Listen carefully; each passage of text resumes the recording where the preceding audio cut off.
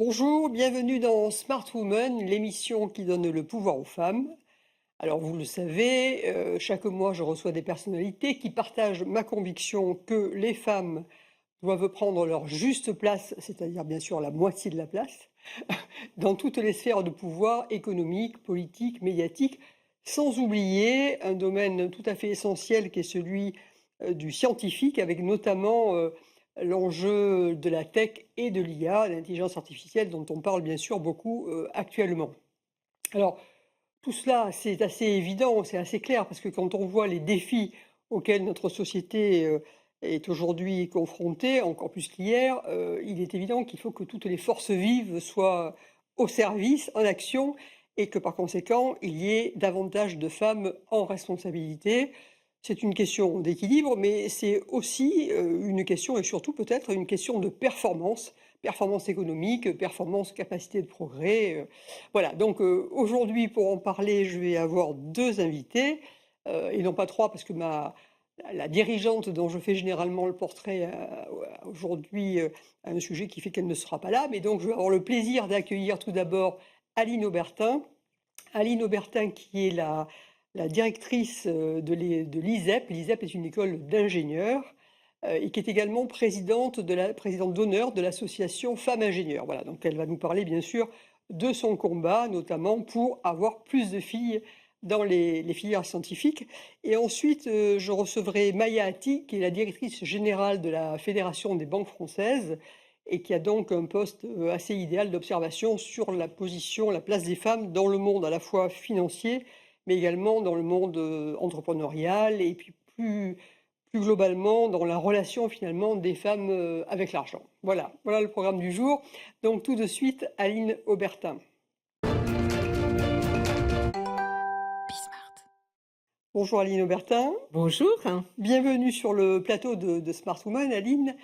Donc vous êtes venue pour faire la promotion active de la place des filles dans les filières scientifiques. Alors, vous êtes vous-même ingénieur, vous dirigez une école d'ingénieurs du numérique, l'ISEP, et vous êtes également présidente d'honneur, je le disais en introduction, de l'association Femmes Ingénieurs. Bon, donc c'est un sujet que vous connaissez parfaitement, donc on va pouvoir en parler, et on est d'accord pour dire que la filière globalement, à la fois scientifique, mais ingénieur en particulier, au sens large, manque cruellement de filles.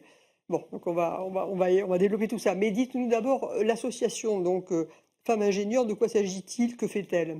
Alors, c'est une association qui existe pratiquement depuis que les femmes peuvent être Oui. ingénieures, depuis que les écoles sont ouvertes aux filles.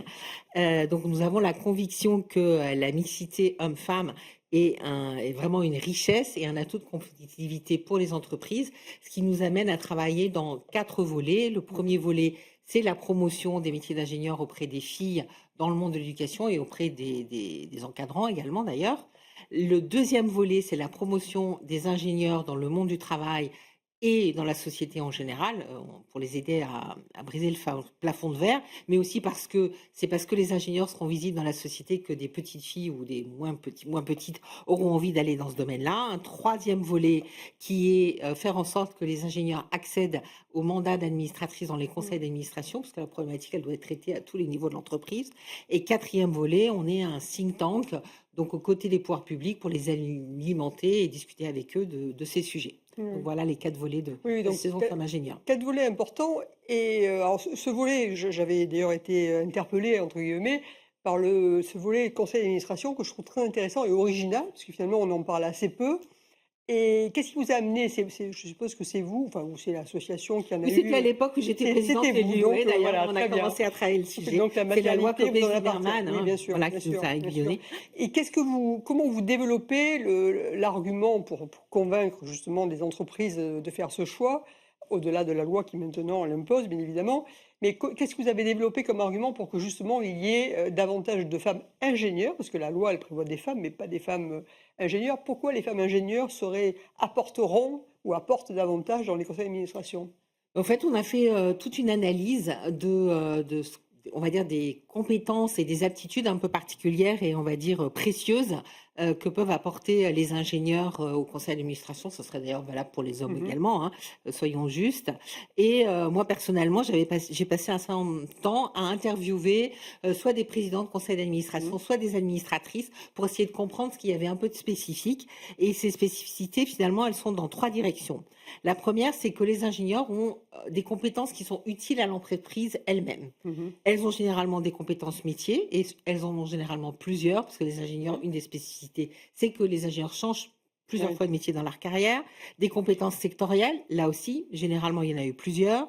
Et puis des compétences techniques qui sont transférables d'un secteur à l'autre. Une vraie capacité d'analyse technique et systémique qui permet d'appréhender des enjeux industriels, Mmh. technologiques, numériques, et qui sont vraiment aujourd'hui là, au cœur de la stratégie des entreprises. Donc voilà pour les apports à l'entreprise elle-même.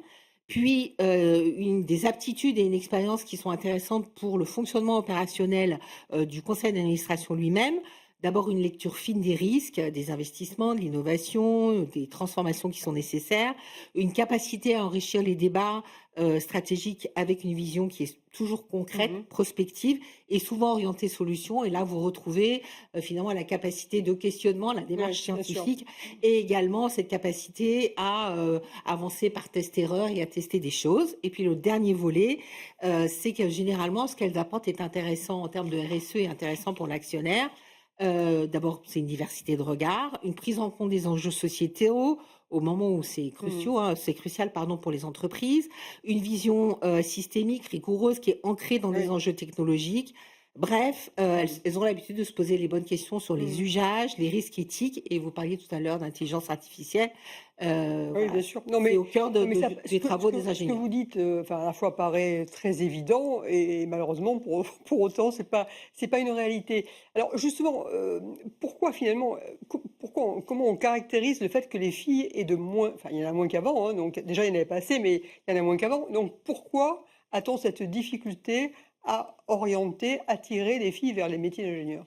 Alors oui, il y en a moins, légèrement moins Oui, qu'avant, hein. ouais. On était Mmh. arrivé péniblement, les 10 dernières années en croissant tout doucement à 30 et Ouais. là, c'est en chute.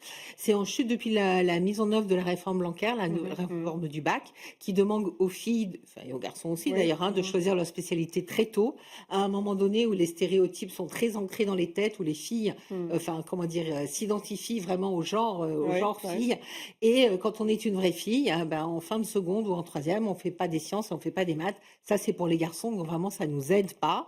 Il y a 50 des filles aujourd'hui qui ne font plus de maths en terminale. Il y a 30 de garçons. Mmh mh. Déjà là, vous voyez Oui, la le différence. l'écart est important, hein, Et il y en vraiment, avait 15 avant la réforme du bac, donc ouais. c'est un point important. Et ça a été aussi immédiat que parce que cette réforme, Oui, donc ça a été ça a été immédiat. immédiat. Dès que Absolument. les filles ont eu le choix, alors ça veut dire quand même que l'orientation a été également, mal faite puisque les parents, le milieu éducation et cetera ne les orientent plus. D'un coup d'un seul, on a arrêté de les pousser à aller, Exactement. En fait, bah, la filière S oui.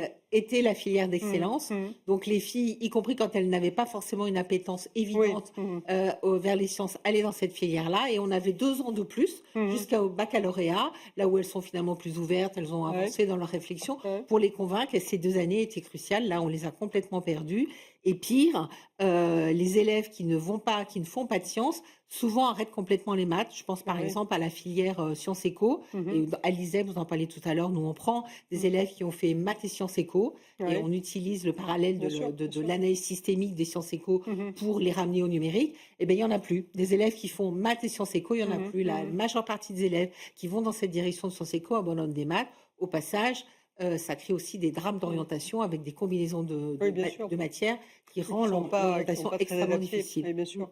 Mais alors, bon, alors ça c'est est-ce pas il y a sans doute aussi le fait qu'elles ne font pas le lien entre ces études et les capacités de métier et vous me disiez, quand on a discuté ensemble auparavant, que finalement les ingénieurs c'était, plusieurs métiers. Absolument. Alors comment bon, finalement, face à tout ça, votre rêve absolu là pour changer la donne et pour à la fois les attirer et à la fois accélérer l'attraction?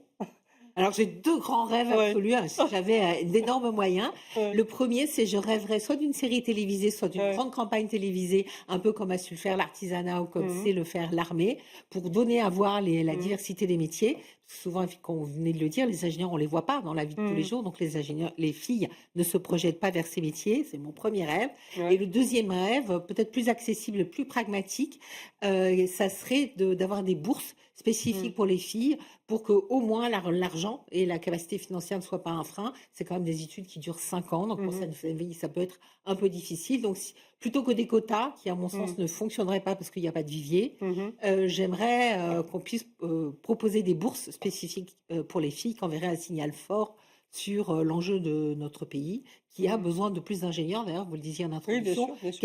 qu'ils soient filles ou garçons, notre pays a besoin de plus d'ingénieurs et c'est parmi les filles Mmh. qu'il y a encore un vivier, si je puis dire, inexploité. On Parce que n'arrivera les pas. garçons, vous considérez que Bah, on peut en convaincre quelques-uns de oui, plus, mais il y en a mmh, déjà beaucoup qui vont dans cette oui, direction-là, donc ça mmh, suffira pas. bien sûr. Mais c'est, donc c'est de l'argent. Enfin, voilà, la question, c'est de savoir s'il y a pas d'autres moyens parce que comme vous dites, c'est des rêves, bon, ça coûte cela étant, c'est pas, forcément, très, très, très, très onéreux, mais néanmoins, c'est de l'argent. Mais en dehors des sujets financiers, après c'est de la communication, après c'est leur expliquer Exactement. et Je cetera. pense qu'on pourrait aussi, former, ça coûterait peut-être un peu moins, modifier la manière dont on forme, Mmh. les enseignants qui sont, vecteurs de stéréotypes et Bien comme sûr, tout à bah oui, chacun, il n'y a pas bien de sûr, raison qu'ils en soient bien sûr. exempts, et donc les sensibiliser aux Mmh. stéréotypes dont ils sont porteurs comme l'ensemble de notre Bien sûr. société pour qu'ils fassent attention à leur discours et qu'ils aient un discours Mmh. spécifique aux filles serait Parce également qu'il très y a utile. pas mal d'actions qui sont menées par des associations notamment Comme qui Femmes travaillent avec ingénieurs, ouais. les Mmh. et qui effectivement cherchent à pousser ce discours de la diversité des métiers et donc de l'intérêt qu'elles peuvent y trouver. Donc bon, donc enfin encore du travail. Alors de toute façon ça tombe bien parce qu'après vous, je vais recevoir, Maya Attig qui elle est la directrice générale de la Fédération des banques françaises et vous savez que les banques, consomment beaucoup d'ingénieurs. Alors moi, je le sais, mais qui le sait on va dire dans le Voilà. grand public? Excellent exemple. Qui Bon, bah, sait que les banques sont je vais lui manipulent poser la beaucoup de données, question. Bah, donc oui, bien ont beaucoup, sûr. beaucoup Oui, oui, d'ingénieurs, donc absolument. forcément. Bon, on va faire le lien et la transition comme ça. En tout cas, écoutez, j'espère qu'on va voir les résultats, se produire, accélérés malgré tout, parce que bon, on en parle quand même beaucoup. Il y a une prise de conscience, Oui, donc on va espérer que ça puisse produire des effets réels et concrets. Merci beaucoup avec Aline, plaisir, merci de ce témoignage. avec Merci. plaisir. Bonjour Maya Hattig. Bonjour Marie-Claire Capobianco. Merci de votre présence dans cette émission, donc qui parle de la juste place des femmes. Je l'ai dit en introduction, la juste place, c'est-à-dire normalement la moitié, hein, puisque c'est la moitié de l'humanité. Bon, alors juste avant vous, je recevais Aline Aubertin qui Mmh. dirige une école d'ingénieurs et qui a une association, qui préside une association femmes ingénieurs. Et vous n'avez pas entendu ce qu'elle disait, mais elle disait justement que je lui disais que le monde de la banque consommait beaucoup d'ingénieurs et avait besoin C'est vrai. d'ingénieurs. Elle me disait, et c'était assez pertinent, elle me disait oui d'accord, mais qui le sait? Alors je pose la question à à la directrice générale de la Oui, Fédération des banques françaises, qui sait, au niveau des jeunes bien sûr, des jeunes filles absolument. et du milieu enseignant, etc., Mmh. qui sait que la banque est un gros consommateur, Oui. dans le bon sens du terme, d'ingénieurs? Alors, je pense qu'il y a beaucoup de clichés. Oui. L'un des clichés, c'est effectivement que les métiers de la banque sont des métiers d'hommes, Mmh. mais aussi que sur les marchés, ce sont des métiers scientifiques, des Ouais. métiers de mathématiciens. Donc en fait, l'image probablement, c'est Ouais. que, les banques recrutent des commerciaux Mmh. et des ingénieurs, Ouais. sans eux. Mmh. Or, la réalité est beaucoup plus variée Bien sûr. puisque les banques recrutent dans tous les métiers, c'est 40 000 Mmh. recrutements par an, à tous les Ouais. âges, puisqu'il y a des Mmh. rotations d'un métier à l'autre. Et puis, les femmes représentent aujourd'hui plus de la moitié des effectifs et la moitié des cadres. Et Mmh. ça a bougé très vite. Oui, ça c'est vrai. Mais justement, alors bon, alors donc, pour en revenir, vous êtes directrice générale de la Fédération des banques françaises, Oui. donc, un point d'observation absolument idéal sur Mmh. l'ensemble de l'industrie, financière. Donc, justement et puis vous la connaissez depuis longtemps par même vos fonctions Mmh. antérieures. Donc, comment vous regardez, l'évolution, la place des femmes, donc à tous les niveaux? Mmh. Et donc à tous les niveaux, ça suppose également au plus haut niveau et comment vous voyez cette évolution? Alors, je dirais que l'évolution a été, rapide. Mmh. Elle a été portée par le haut. Ouais. Heu, on dit souvent dans toutes les questions de féminisation, de Mmh. mixité, que c'est important que le management soit convaincu. Et en fait, moi, j'ai quelques éléments. qui est que dès le début des années 2000, donc effectivement tard dans l'histoire de la banque, mais tôt dans l'histoire des métiers, des branches, il y a eu des accords sur la mixité et l'égalité professionnelle. Ouais. La branche des banques a été la première à signer un accord de mixité en 2006, après des principes de non-discrimination déjà posés dans les années 2000. Donc, je dirais que, et ça n'était possible que s'il y avait la volonté Bien sûr. des dirigeants. Ensuite, effectivement, un certain nombre d'efforts ont été accomplis aussi en faisant attention dans les promotions, etc. Mais en partant d'assez bas pour les femmes cadres, hein, puisqu'elles représentaient moins de 40% en 2010.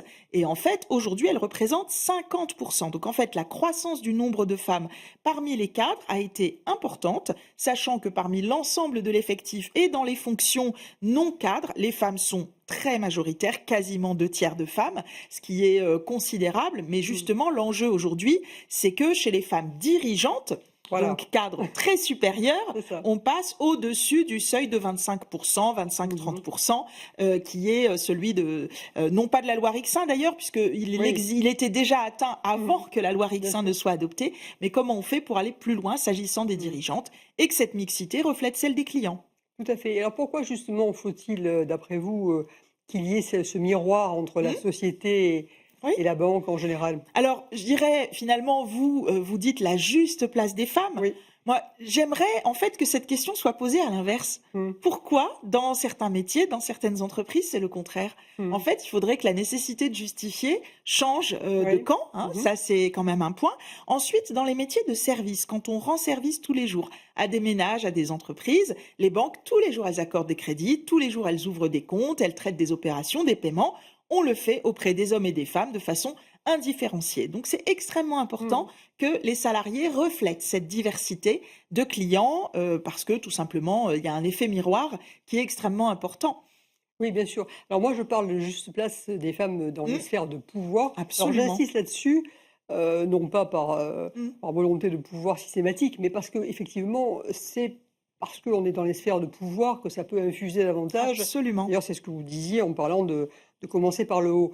Et c'est vrai que le monde de la banque a été beaucoup plus égalitaire au sens d'avoir, Oui. en termes de mixité, un meilleur équilibre depuis très longtemps.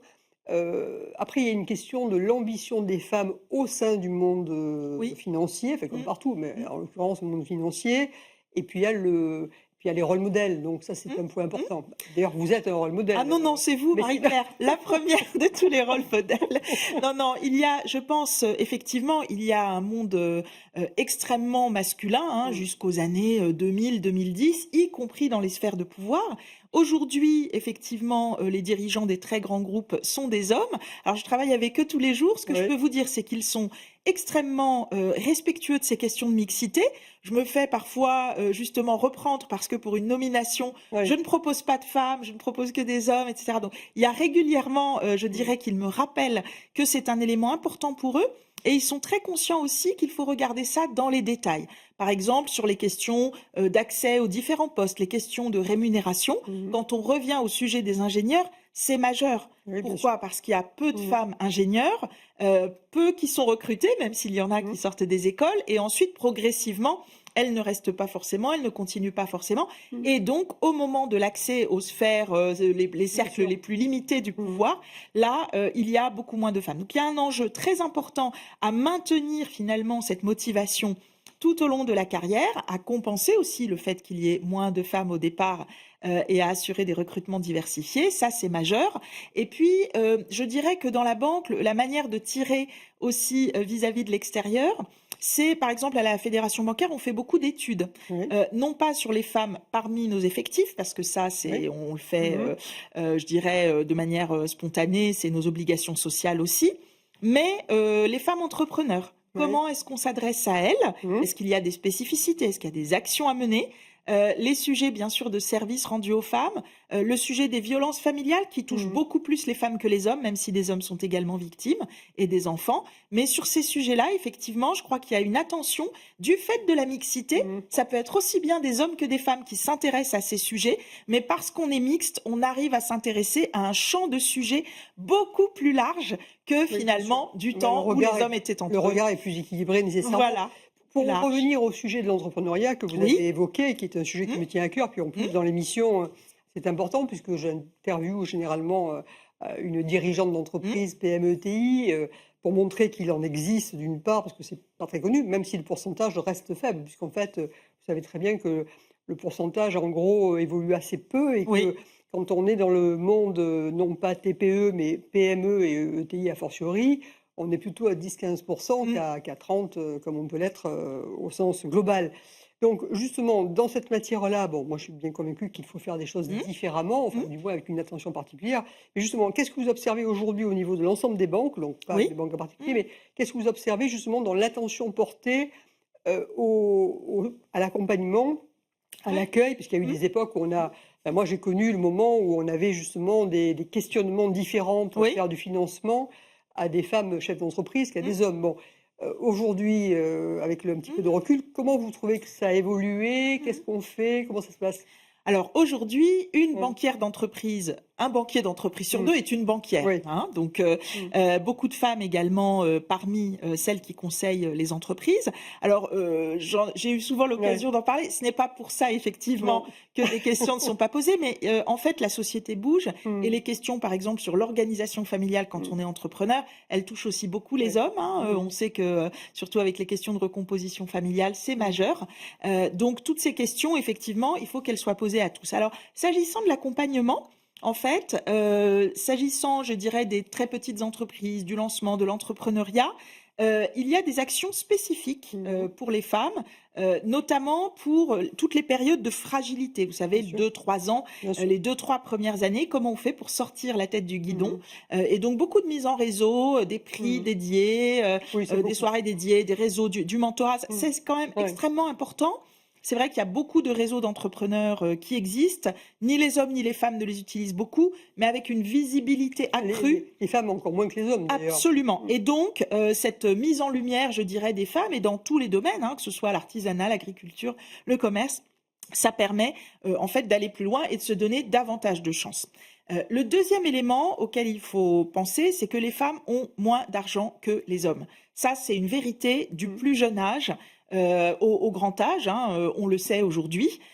Puisque évidemment, quand on a 9, 10, 15% de moins toute sa vie, et dans une étude récente, on a montré que ça commençait dès l'argent de poche. Bien sûr. Alors bon, avec Mmh. évidemment des biais liés aux réponses des enfants, mais ça commence dès Oui, non, l'argent de mais poche. c'est une réalité. Eh ben Oui. forcément, on commence avec un capital plus faible. Donc, il y a effectivement énormément d'initiatives qui se mettent en place, mais en réalité, les femmes vont dans des métiers qui donnent lieu à de la croissance, à des PME et à des Mmh. ETI, plus souvent quand elles viennent de métiers scientifiques ou de filières scientifiques. Donc, on en revient toujours à la Ça question ajoute à de la l'intérêt. base, de la source, des écoles d'ingénieurs, des formations scientifiques, des universités. On a des universités scientifiques formidables en France Mmh. aussi.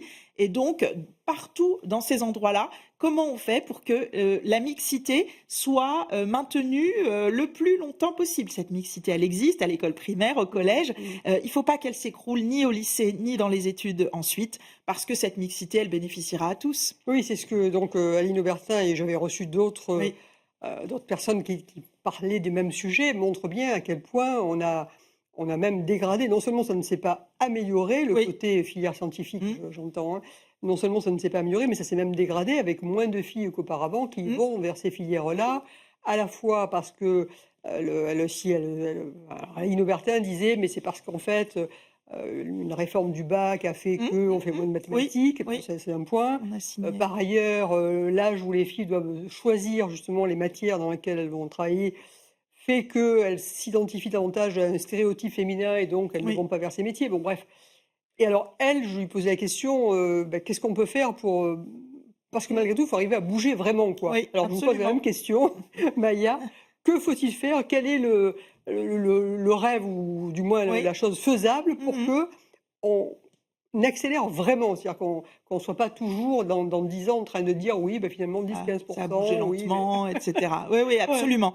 Alors, je pense qu'effectivement, notre responsabilité collective, c'est de mettre la gomme envers les plus jeunes Mmh. et plus jeunes que soi, je dirais, hein. C'est-à-dire que, par exemple, tout simplement, une femme on sait qu'entre 30 et 40 ans, il y a beaucoup de tentatives de reconversion et vous avez des personnes qui ont fait des études scientifiques, dans leurs jeunes années et qui ont arrêté, qui peuvent reprendre. Qu'est-ce qu'on peut Ouais. faire avec les filières de formation pour former au numérique? En plus, on a des besoins absolument gigantesques pour faire en sorte que les reconversions se fassent dans ce domaine-là. Donc, je crois que là, on pourrait en réalité rattraper aussi une partie. Donc, on travaille beaucoup dans le cadre d'une négociation interprofessionnelle sur ce sujet des transitions collectives qui peuvent en Ouais. particulier concerner ce domaine. Ensuite, effectivement, dans les écoles, comment amener, et dans les universités, comment amener à ces métiers de manière large. Et puis, le déploiement de toutes celles qui aujourd'hui travaillent en entreprise et tous ceux, j'insiste beaucoup Mmh. dessus, tous ceux qui peuvent aller expliquer que il n'y a pas de métier pour les hommes, Oui, pour bien les sûr. femmes.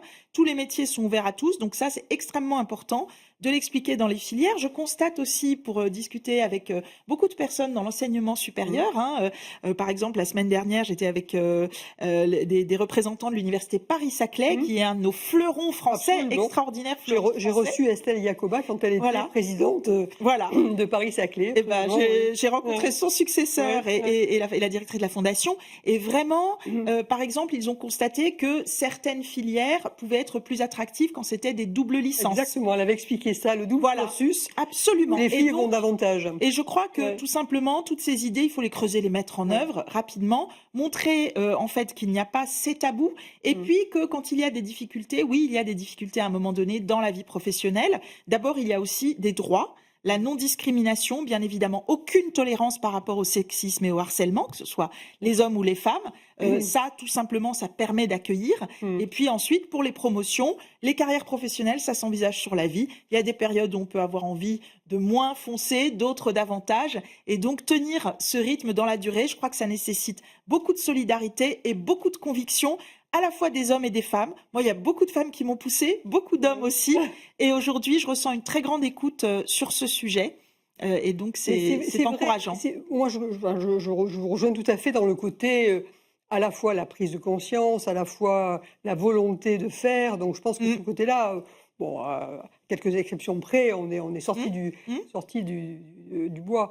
Mais en revanche, après, c'est encore une fois, c'est que ça se matérialise. On a Oui. tout envie, Mmh, tous mmh. envie que ça aille plus vite, que ça se fasse. Oui. Alors cela étant, j'avais reçu également, Valérie Lyon qui a créé un média, qui est une journaliste qui a créé, Mmh, Vive mmh, Média et qui parlait justement de l'argent de poche, mmh, des filles, en fait, de mmh. tout ce qui faisait qu'au départ et on orientait moins les filles vers la gestion, financière, et elle parle de la relation avec l'argent comme vous le Oui, faites et elle disait: «Mais finalement, c'est vrai que tout compte fait, ça ne fait que 60 ans, on a bientôt c'est l'anniversaire vrai, de qui la loi sur arrive l'autonomie.